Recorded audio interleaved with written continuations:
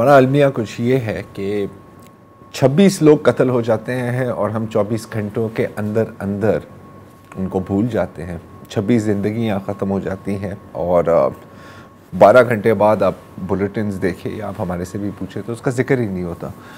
हफ्ते के रोज़ सुबह के वक्त दहशतगर्द तंजीम बलूचिस्तान बलोच लिबरेशन आर्मी ने क्वेटा के ट्रेन स्टेशन को निशाना बनाया। ये हमला सुबह के वक्त हुआ जब दर्जनों लोग प्लेटफॉर्म पर मौजूद थे और एक खुदकुश हमलावर ने वहाँ पर जाकर अपनी एक्सप्लोसिव वेस्ट को डेटोनेट किया। कई दर्जन लोग इस वक्त ज़ख्मी हालत में हैं, कुछ बहुत शदीद ज़ख्मी हैं और हमें नहीं पता कि उनकी जानें बचेंगी या नहीं। बदकिस्मती से ख़ास तौर पर बलूचिस्तान के लिए ये एक मामूल बन गया है। कई दहशतगर्द तंजीमें एक्टिव हैं बलूचिस्तान में जिनमें BLA सिर्फ एक है।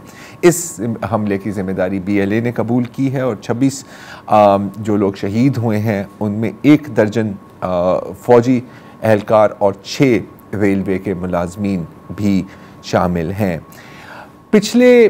इस साल और पिछले साल और शायद उससे पहले वाले साल में हमने देखा है कि ऐसी दहशतगर्द तंजीमों की कार्रवाइयों में एक शिद्दत देखने को मिली है। 2024 की अगर हम सिर्फ इस साल की बात करें तो हमने कई हमले देखे हैं सिक्योरिटी फोर्सेस पर, हमने कई हमले देखे हैं रेलवे लाइंस पर, हाईवेज़ पर, पुलिस स्टेशंस पर। बसों को रोककर लोगों को वहाँ से निकाल कर कत्ल किया गया है। लेकिन ये शायद पहली बार है कई सालों में कि क्वेटा के सेंटर को इस तरह टारगेट किया गया है। कई छोटे और बड़े मिलिट्री ऑपरेशंस भी हमने देखे हैं, चाहे वो इंटेलिजेंस बेस्ड लोकल ऑपरेशंस हो या बड़ी कार्रवाइयाँ हो, लेकिन अटैक्स रुकने के बजाय बढ़ते ही जा रहे हैं। और अक्सर हम बात करते हैं कि आखिरकार हल किया है, और जब हम हल की बात करते हैं तो जाहिर है कि हम सिर्फ मिलिट्री ऑपरेशंस या सिर्फ पॉलिटिकल सॉल्यूशन की तरफ की बात नहीं कर रहे। इनके एक कोऑर्डिनेशन या आप समझें कि एक ओवरऑल जो एक सॉल्यूशन होती है उसकी बात करने की हम कोशिश करते हैं। और इसके अंदर एक चीज़ जो हमेशा हाईलाइट होती है या कम से कम होनी चाहिए वो है कि अगर आपने टेररिज्म को रोकना है तो आपने टेररिज्म की फाइनेंसिंग को भी रोकना ज़रूरी है। अब हम जानते हैं कि जब हम BLA या मुख्तलिफ इस तरह की दहशतगर्द तंजीमों की बात करते हैं तो एक एलिमेंट होता है फ़ॉरेन फंडिंग का। ये तो कोई पागल ही कहेगा कि नहीं, कोई फ़ॉरेन फंडिंग नहीं होती। जाहिर है कि जो आपके दुश्मन हैं और जो दुश्मन एजेंसीज़ हैं वो ऐसे ग्रुप्स की फंडिंग करेंगे। This is the way of the world. लेकिन अभी मैंने हाल में वसत एक बहुत अच्छा आर्टिकल पढ़ा तारिक परवेज़ साहब का, जो आप नेक्टा के पहले नेशनल कोऑर्डिनेटर थे। पुलिस फोर्स से रिटायर होने के बाद नेक्टा ज्वाइन की थी और उन्होंने जिक्र किया दुक्की में, आपको याद होगा कि 10 अक्टूबर 11 अक्टूबर को दुक्की में कोल माइनर्स कानकुन पर एक हमला किया गया था जिसमें कोई 40 से 50 मुसल्लह अफराद जुनैद कोल्ड माइंस पहुँचे और वहाँ पर 21 कानकुन कत्ल किए। 9 जो फायर इंजन्स थे कोल माइंस के उनको भी नज़र आतिश किया और तकरीबन 1 घंटे तक ये कार्रवाई जारी रही। लेकिन ना फ्रंटियर कोर, ना पुलिस, ना बलोच लिवी जो नज़दीक दुक्की शहर में ही थे, दुक्की टाउन में थी, उन्होंने आके उनका मुकाबला किया। अच्छा, BLA ने इसकी ज़िम्मेदारी नहीं ली लेकिन तरीक़ा कार उनका ही था। अच्छा, ना सिर्फ ये बल्कि उसके अगले माह 3 नवंबर को कुछ मुसल्लह अफराद ने 3 कोयले के ट्रकों को भी जला दिया। और उस वक्त भी आपको याद होगा कि हमारी एक छोटी सी डिबेट चल रही थी कि कानकुन को टारगेट करने का क्या मकसद है, इससे क्या आपको हासिल हो रहा है। तो तारिक परवेज़ साहब ने एक बहुत अच्छा आर्टिकल लिखा है जिसमें उन्होंने कहा है कि असल में जो कोल माइंस हैं बलूचिस्तान की वो एक बहुत इम्पॉर्टेंट सोर्स बन गई हैं BLA और इस तरह की तंजीमों की फंडिंग के लिए। वो उनका कहना है कि एक अंदाजे के मुताबिक BLA को हर साल बलूचिस्तान की कोल माइंस से 5 अरब रुपए का भट्टा वसूल होता है। 5 अरब रुपए। और वो इतना ओपनली ऑपरेट करते हैं कि जब वो आपसे ये भट्टे की डिमांड करते हैं तो वो क्वेटा के बैंक अकाउंट नंबर्स भी आपको देते हैं जिसमें आपने इन फंड्स को डिपॉजिट करना होता है। इस साल जनवरी में अब जाहिर है कि जो कोल माइनर्स हैं वो इसमें उनके पास और कोई चारा ही नहीं है, या तो आप भट्टा दें या तो फिर इस तरह की दहशतगर्दी का सामना करना पड़ता है। जनवरी को लोरालाई और पंजाब से जो पंजाब रोड जाता है उसको ब्लॉक भी किया कोल माइनर्स एसोसिएशन ने, और कहा कि इन भट्टाखोरों और इन कातिलों को पकड़ा जाए। अब जहाँ तक दुक्की की माइंस की सिक्योरिटी की बात है तो ऑन पेपर तो ये पुलिस की जिम्मेदारी है, लेकिन तारिक साहब हमें बताते हैं कि रिपोर्ट्स के मुताबिक माइन ओनर्स ने एक अलग मुआहदा किया हुआ है एफसी के साथ, कागजी कार्रवाई है ये, कि सिक्योरिटी आपकी डोमेन है और और पैसे भी कलेक्ट किए जाते हैं सिक्योरिटी के नाम पर, लेकिन फिर भी ये कार्रवाइयाँ जारी हैं। पुलिस के रोल की अगर मैं बात करूँ वहाँ पर, तो 2017 में दुक्की को एक ज़िला करार दिया गया और उस वक्त कहा गया कि यहाँ पर 425 पुलिस पर्सनल डिप्लॉय किए जाएंगे। इस वक्त तारिक परवेज़ साहब के मुताबिक, और वो जानते हैं इन इश्यूज़ को बहुत अच्छी तरह से, सिर्फ 4 लोग हैं, एक एसपी, 2 डीएसपी और एक क्लर्क, और ये है वो पुलिस जिसने इस पूरे ज़िले की सिक्योरिटी को कंट्रोल करना है। अच्छा, आपने बात की कि शुरू में जो पहला जुमला था कि 12 घंटे भी अब ऐसी खबरें नहीं चलती कि 26 मर गए, या दुक्की की खबर 6 घंटे चली, 6 घंटे चली। दूसरी बात ये भी है कि हमें बलूचिस्तान का टू बी वेरी फ्रैंक पता भी नहीं है, इसलिए कि 2 ज़राए हैं, या तो जो मिलिटेंट तंजीमें हैं वो अपना प्रेस रिलीज़ या एडमिशन करती हैं, या फिर दूसरा सोर्स है ISPR। इंडिपेंडेंट जर्नलिज़म की वहाँ गुंजाइश नहीं है दोनों तरफ से, और नेशनल टेलीविज़न या नेशनल मीडिया पे डिबेट का कोई रिवाज ही नहीं है। कहीं हिदायत है तो कहीं सेल्फ सेंसरशिप, और कहीं बुरी मालूमात भी नहीं होती, ये है, और कहीं बेहसी भी है। हाँ, अगर मेरा ख्याल है कि गुफ्तगू का दरवाज़ा ठीक है, वहाँ तो आप जैसे निमट रहे हैं सो निमट रहे हैं, मीडिया पे ही अगर गुफ्तगू का दरवाज़ा खुल जाए किसी तरीके से तो बहुत सारी चीज़ें क्लियर हो सकती हैं। लेकिन ये ज़ाहिर है कि इसके अलावा मैं बात कर रहा हूँ, रफ़ीउल्लाह काकड़ साहब जो हैं हमारे साथ मौजूद हैं, तज्ज़ियाकार बलूचिस्तान से ही ताल्लुक़ है। Thank you so much for joining us. मैं ये जानना चाहता हूँ कि क्या वाकई बलूचिस्तान में जो मुख्तलिफ़ मसाइल हैं, जिसमें से एक ज़रा ने तफसीली बात की दहशतगर्दी का मसला, उस समेत सियासी मसले समेत वसाइल के मसले समेत, किसी के पास जामे हल के लिए वाकई कोई हकीकी रोड मैप है या सब अंधेरे में तीर चला रहे हैं?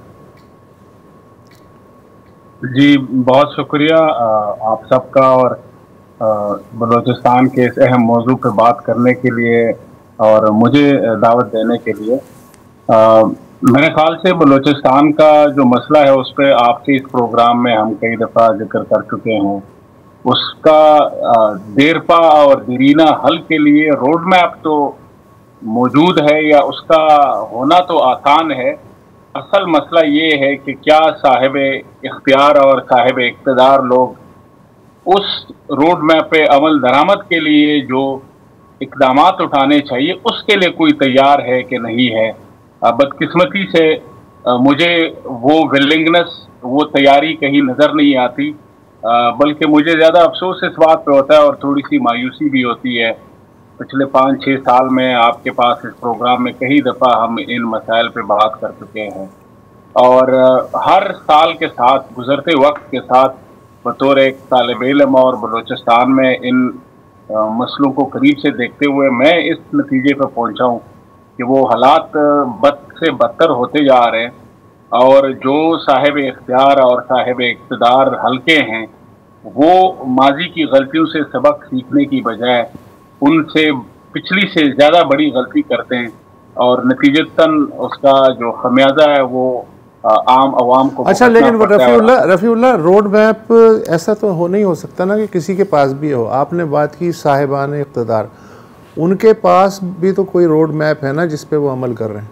जी बिल्कुल, देखिए उनका रोड मैप तो जो है वो बुनियादी तौर पर उसके मुझे यही दो बुनियादी पिलर नजर आते हैं। एक उसका सियासी पिलर है, दूसरा उसका एक लॉ एंड ऑर्डर या जो कोर्सिव पिलर है। जो सियासी पिलर है वो ये है कि बलूचिस्तान में एक स्टेबिलिटी और सियासी कंट्रोल की एक इल्यूजन क्रिएट करने के लिए अपने पसंदीदा लोग बिठाए जाएं, उनको अपने पसंदीदा लोगों को बरसर इक़्तिदार लाया जाए ताकि जो आप कहलवाना चाहते हैं वो भी कहलवा सके और एक इस्लामाबाद को तासुर दे दें कि सब कुछ कंट्रोल में है। जो इसका नॉन पॉलिटिकल आर्म है वो जो रिवायती तौर पर के जहाँ पे मुमकिन हो जो ताकत के इस्तेमाल से और सिक्योरिटी सेंट्रिक मेजर्स के थ्रू इस मसले को ख़त्म किया जा सके। अब ये माजी में चला है, रियासत ने काफ़ी भरपूर ताकत का इस्तेमाल किया और उसने लिमिटेड कामयाबी भी हासिल की। अब मसला ये है पिछले 3-4 साल में जो एक बहुत बड़ी तब्दीली आई है बलोच इंसर्जेंसी की नेचर में, वो ये है जो बड़ी तादाद में लार्ज स्केल में ये खुदकश हमलों की तरफ गए। खुदकश हमला एक ऐसा फिनोमेना है जिसको जो रिवायती सिक्योरिटी मेजर्स है उसके थ्रू इसको मुकम्मल रोकना या इस पे काबू करना वो काफी मुश्किल काम है। तो जिसकी वजह से सियासी के साथ साथ जो इनकी रिवायती सिक्योरिटी पॉलिसी थी वो भी अब काफी मुश्किल में नजर आ रही है और वो नाकाम हो रही है। जी अच्छा रफ़ी, आपने जिक्र किया सिक्योरिटी का। अक्सर कहा जाता है कि पाकिस्तान एक सिक्योरिटी स्टेट है, राइट, और बलूचिस्तान में तो हमने देखा है कि it always been a security centric approach, लेकिन ग्राउंड पर वो सिक्योरिटी कहाँ है? अभी जैसे आपने शायद ये आर्टिकल में मजमून पढ़ा हो जिसका मैं हवाला दे रहा था तारिक परवेज़ साहब का, और वो बात कर रहे हैं दुकी की कि संभालना पुलिस को है लेकिन वहाँ पर पुलिस की कोई नफरी नहीं है, या दुकी शहर में कुछ लेवीज वहाँ एफसी है, उनका है, वहाँ एफसी है, लेकिन एफसी भी जाहिर है कि जो 1 घंटे तक ये कार्रवाई चल रही थी दुकी में, तो एफसी भी वहाँ पर नहीं पहुँची। कौन सा वो स्टेज आता है या कभी वो स्टेज आता है आपके एक्सपीरियंस में कि वाकई एक्सेप्ट किया जाता है कि जो फ्रेमवर्क बनाई गई है या सिक्योरिटी की या जो उसकी जिस किस्म की उसकी इम्प्लीमेंटेशन की जाती है ये कामयाब तरीका नहीं है? अगर ग्राउंड पर टेरर फंडिंग हो रही है भट्टे के थ्रू कोल माइन से और उसको कोई रोकने की कोशिश नहीं कर रहा, कोई उस फाइनेंसिंग को चोक करने की कोशिश नहीं कर रहा, कोई उन बैंक अकाउंट्स को ट्रेस करने की कोशिश नहीं कर रहा, तो ये तो फिर लैप्स तो नहीं है ना, ये तो फिर एक अजीब किस्म की नेग्लिजेंस है। क्या नेग्लिजेंस है या कैपेसिटी नहीं है? या कैपेसिटी नहीं है या विल नहीं है, तो मसला क्या है आपकी नज़र में यहाँ पर? जी, इसमें मैं अपना जवाब भी दूंगा और जो आवाम का उधर तासुर है वो भी आपसे ज़रूर शेयर करूंगा। मेरे ख्याल से इसमें नेशनल एक्शन प्लान 2014 के बाद इस पर काफ़ी कोशिशें हुई है और इसमें ख़ास तौर पर टेरर फाइनेंसिंग, फिर जब पाकिस्तान FATF के लिस्ट पे था उस वक्त भी काफ़ी कोशिशें हुई है। तो मैं समझता हूँ उस फ्रंट पे कोशिशें हुई है और उसमें लिमिटेड कामयाबियाँ भी मिलती है। जो इधर लोकल सोर्सेज में वो प्रॉब्लम ये है कि चूंकि FC को ये हवाले की गई है इन इलाकों की सिक्योरिटी और FC पे अवाम के अदम एतमाद का हाल ये है। आपने अभी कैपेसिटी और विल की बात की, आप जब आप अवाम से वहाँ पूछेंगे वो कहते हैं विल है, और बहुत सारे तो यूँ भी कहते हैं कि ये हमले जो है ये FC चाहती है कि ये हमले होते रहें क्योंकि इनकी जो एग्जिस्टेंस है और उधर वो टैक्स लेते हैं सिक्योरिटी के नाम पे, उसकी जस्टिफिकेशन और रैशनल जारी रहेगी। तो इससे आप अंदाजा लगाएं कि कितनी बड़ी मिसट्रस्ट है। तो मैं समझता हूँ ये लेकिन मेरे नज़दीक ये इसकी नेचर ही ऐसी है कि ये बुनियादी तौर पर इस लिमिटेड कैपेसिटी और एक सिक्योरिटी सेंट्रिक अप्रोच के तहत इसको मुकम्मल तौर पर काबू करना ही एक मुश्किल काम है और वो हमें नजर आ रहा है। जबकि मैंने आपको बताया कि आम आवाम तो समझती है कि इसमें सिक्योरिटी इदारे जो है वो या कंप्लिसिट है या वो जानबूझ के दूसरी तरफ देखते हैं जब ये हमले होते हैं। उसमें ये भी इश्यूज है जो दूर आप बड़े शहरों से निकले अतराफ में काफी जो है जो कैपेसिटी है लॉ इन्फोर्समेंट एजेंसीज की वो बड़ी मुश्किल में है, उन पे बहुत अटैक्स होते हैं और आई थिंक जो इंसर्जेंट्स है उन्होंने इस हवाले से खासतौर पर अतराफ में एक बड़ा खौफ का माहौल बनाया हुआ है। एक शेर है, मरीज इश्क पे रहमत खुदा की, मरज बढ़ता गया जूं जूं दवा की। मौजू है हमारा बलूचिस्तान, तज्जियाकार रफ़ीउल्लाह काकड़ हमारे साथ हैं। काकड़ साहब, पिछले सेगमेंट में हमारी जो गुफ्तगू हुई उसमें उस गुफ्तगू के पस मंज़र में एक सवाल और मेरे जहन में आया कि इस वक्त जो सूरत हाल हमें यहाँ बैठ के महसूस हो रही है वो ये है कि एक तरफ है सिक्योरिटी ऑपरेटर्स और दूसरी तरफ है मिलिटेंट या टेररिस्ट ऑर्गेनाइजेशन, जो भी कह लें आप। बीच में जो ब्रिज है वो नहीं है किसी भी तरह का। जो रिवायती या मेन स्ट्रीम बलोच सियासतदान थे, वफाकी सतह पे बकौल उनके वो इंतहाई तन्हाई या नज़रअंदाज होने का शिकार हैं, लिहाजा उनकी जो है अपनी हलकों में भी जो रेट है वो तकरीबन ज़ीरो के बराबर है। तो ये जो ब्रिज जल गया है या टूट गया है, ये भी एक बुनियादी फैक्टर है या अब ये बात आगे निकल गई है? मेरे ख्याल से ये बात थोड़ी आगे निकल गई है। बदकिस्मती से मैं समझता हूँ कि बलूचिस्तान में हम इंक्रीजिंगली हम एक पॉइंट ऑफ नो रिटर्न की तरफ जा रहे हैं और वो point of no return almost पहुंचने वाला है। दो चीजें हैं जिसमें जो पिछले चंद सालों में जिसमें खातिर खा तब्दीली आई है और जो पॉलिसी साज हलकों को समझनी चाहिए। पहला ये कि जो स्टेट की आम आदमी आम बलोच के साथ इंगेजमेंट है उसमें वो भी बद से बदतर हुआ होने की तरफ चला गया है, जिससे मेरी मुराद मेरी ये है कि जो हकीकी सियासी नुमाइंदगी है उसमें रिवायती तौर पर जो मसाइल बलूचिस्तान में थे वो मजीद गंभीर हो गए हैं और पॉलिटिकल इंजीनियरिंग एक आप समझे पिछले चंद सालों में एक मजीद इंतहा को पहुंची है, जिसकी वजह से हुकूमत, रियासत और रियासती इदारों की जो साख है, जो क्रेडिबिलिटी और लेजिटिमेसी है आम आदमी की नज़र में, वो बड़ी शदीद तरह से मुतासिर हुई है। और उसका नतीजा अभी आपने देखा कि अख्तर मेंगल जैसे आदमी ने जब पार्लियामेंट से इस्तीफा दिया है और पार्लिमानी सियासत को एक मजाक कहा है, रेडी की दुकान से उसको तशबीह दी है, ये बुनियादी तौर पर वो बलोच अलायदगी पसंदों की नैरेटिव की इंडोर्समेंट है।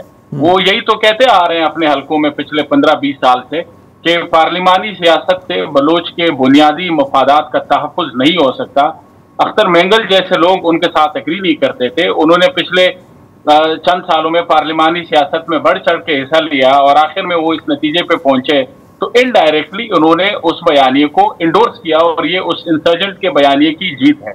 दूसरी जो तब्दीली इसमें मैं समझता हूँ पिछले चंद सालों में आई है और जिसकी बलोच सियासत में, बलोच कौमी तहरीक में हमें उसके असरात नजर आते हैं, वो जो डेमोग्राफिक चेंजेस है कि एक एजुकेटेड मिडिल क्लास, जिसकी सोशल मीडिया सेवी एजुकेटेड मिडिल क्लास की इमर्जेंस है, वो आपको बलोच सियासत में भी नजर आती है। आप बलोच इंसर्जेंसी ले लें, इसमें पिछले 10 सालों में, पिछले 7-8 साल में खसूसी तौर पर चेंज आया है कि जो रिवायती लीडर थे उनके हाथ से अब ये कंट्रोल चला गया और इसमें पढ़े लिखे मिडिल क्लास से ताल्लुक रखने वाले नौजवानों ने इसकी क़ियादत संभाली हुई है। इसी तरह सियासी हलकों में जो रिवायती रियासत जिनके थ्रू बलोच सियासत को संभालती रही है या संभालने की कोशिश करती रही है, उनकी कोई अपनी लेजिटिमेसी है नहीं, वो अपने अपने हलकों में नहीं जा सकते। तो एज अ रिजल्ट वो जो पार्लिमानी सियासत ब्रिज देती थी रियासत और आम शहरी के दरमियान, वो ब्रिज फराहम करती थी, वो ब्रिज मुझे लगता है टूट गया है और जो नीचे अवाम है उसमें शऊर का लेवल और उनमें उनके बयानिए में मजीद सख्ती आ गई है। इन दोनों वजूहात की वजह से मैं समझता हूँ जो रियासत और शहरी का ताल्लुक है उसमें दूरियां काफ़ी ज़्यादा बढ़ गई हैं। तो जो नए आपकी गुफ्तगू से मैं इस नतीजे पहुँचा हूँ कि पुराने स्टेक होल्डर्स तो साइडलाइन हो गए हैं, नए स्टेक होल्डर्स सामने आ गए हैं। क्या नए स्टेक होल्डर्स को रियासत इंगेज कर सकती है या रियासत उनसे बेजार है? जी, नए स्टेक होल्डर्स को रियासत बिल्कुल अगर एंगेज करना चाहे तो कर सकती है, और इसके अलावा कोई हल उनके पास कोई रास्ता है नहीं, क्योंकि जो पुराने रियासत के मनपसंद टोला है एवरग्रीन ग्रुप ऑफ पॉलिटिशियंस, जो हर 5-10 साल बाद रियासत की मर्जी से वफादारियां बदलते हैं, और बरसर इख्तिदार भी यही टोला रहा है, उन्होंने तो न पीस डिलीवर किया है बलूचिस्तान में, न डेवलपमेंट डिलीवर किया है, और नतीजतन अब नए लोग आए हैं। मारंग बलोच उस मूवमेंट की एक फर्द है जो उस नए चेंज की अक्कासी करती है। वो पुराने बलोच कॉम्प्रेसों से ज्यादा सख्त बयानियां रखते हैं, ज्यादा रिजिड भी है, और वो ज्यादा लचक भी दिखाने के लिए उस तरह से तैयार नहीं है। तो रियासत को मेरे ख्याल से इनको इंगेज करने के लिए बड़ी सब्सटेंशियल कंसेशंस देनी होंगी, और जो अपने रिवायती मनपसंद टोला है उनकी सरपरस्ती से हाथ उठाना होगा, और एक फ्रेश स्टार्ट के लिए जो इकदाम चाहिए उसके लिए तैयार होना होगा। जो मैं समझता हूँ ये स्वीट टॉक या छोटे मोटे डेवलपमेंट पैकेजेस या कोई अच्छी कम्युनिकेशन कैंपेन का मसला सिर्फ नहीं है, बड़ी मेजर कोर्स करेक्शन चाहिए, अदरवाइज ये हालात मजीद खराब हो। मेजर कॉर्स करेक्शन चाहिए। और आपने जो कहा ना कि ये ज़्यादा सख्त है, जो नई क़यादत है वो पिछलों के मुकाबले में अपने मौक़िफ़ में, ये इंसानी नफ्सियात भी है कि ज़रार साहब कि अगर आप मुझे मुसलसल नज़रअंदाज कर रहे हैं तो मैं उतना ही सख्त गैर लचकदार होता चला जाऊँगा, लेकिन अगर आप मुझे इंगेज करेंगे, मेरा वजूद जो है इस हद तक तस्लीम करेंगे कि हाँ आपसे भी बात हो सकती है, तो फिर चलते चलते चलते मौक़िफ़ कहीं ना कहीं जो है वो अच्छा, और हो देखिए सकता है। जब हम बात करते हैं ना इंगेज करने की, क्योंकि किसी को गलत फहमी ना हो, यहाँ पे ये बात नहीं की जा रही कि अब BLA की लीडरशिप को इंगेज करें, नहीं उसकी बात की नहीं, बिल्कुल अब बात की जा रही है, क्योंकि देखें टेररिज्म है, लेकिन जो अभी पॉलिटिकल कोर्स में यकीन रखते हैं और वो भी नए लोग जो बज़ाहिर अवाम के नुमाइंदे हैं, जिनको सपोर्ट है, उनको इंगेज किए बगैर आप जितने भी ऑपरेशंस करें वो कामयाब, वो एक सिम्पटमेटिक है। देखिए अब मैं आपको एक मिसाल देता हूँ, ठीक है, अभी भी ये लसबेला, रफ़ीउल्लाह काकर साहब आपका बहुत शुक्रिया, रफ़ीउल्लाह काकर साहब को इजाज़त देते हैं, thank you and always a pleasure. Lasbela में अभी एक सुसाइड बॉम्बिंग को रोका गया है, ठीक है, अभी सिंध के होम मिनिस्टर ने कहा है कि जी जो कराची में जो हमला हुआ था चाइनीज़ इंजीनियर्स पर, उनके मरकज़ी मुलज़मों को भी हमने गिरफ्तार किया है, ग्रेट, लेकिन ये है सिम्प्टोमेटिक। आप एक रोकेंगे 4 कामयाब हों। सोर्स एंड अगेन देखो, एक है काइनेटिक चीज़, आपने फाइनेंसिंग रोकनी है, आपने ये सारी चीज़ें रोकनी है, लेकिन जब तक आपकी ब्रॉडर पॉलिटिकल एंगेजमेंट नहीं होगी वो बढ़ते ही जाएंगे। जनरल गियाब, मैं अभी चेयरमैन माओ की बात करने वाला था, लेकिन आप चले जनरल गियाब की बात कर। जनरल गियाब और चेयरमैन माओ ने तकरीबन वैसी ही बात की। जनरल गियाब जो है वो तो प्रैक्टिकल, उन्होंने क्या ज़बरदस्त आदमी थे। उनका ये कहना है कि ये जो है गोरीले या छापा मार जो भी है, ये अवामी तालाब में ही ज़िंदा रहते हैं, उससे बाहर ज़िंदा नहीं रह सकते।